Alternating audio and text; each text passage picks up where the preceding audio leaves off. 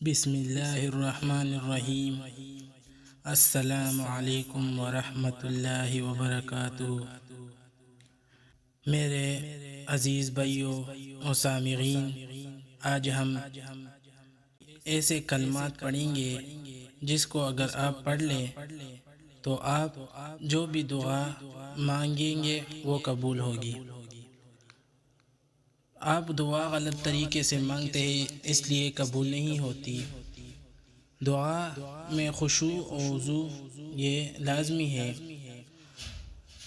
اور حدیث میں بھی یہ آیت کا ذکر آیا ہے کہ جو دعا مانگی جائے گی قبول ہوگی۔ وہ کلمات یہ ہے، اگر آپ نے ہمارے چینل کو سبسکرائب نہیں کیا ہے تو سبسکرائب کر دے اور بیل آئیکن کو آل پہ کر دے تاکہ ہماری ویڈیو آپ تک سب سے پہلے پہنچ سکے۔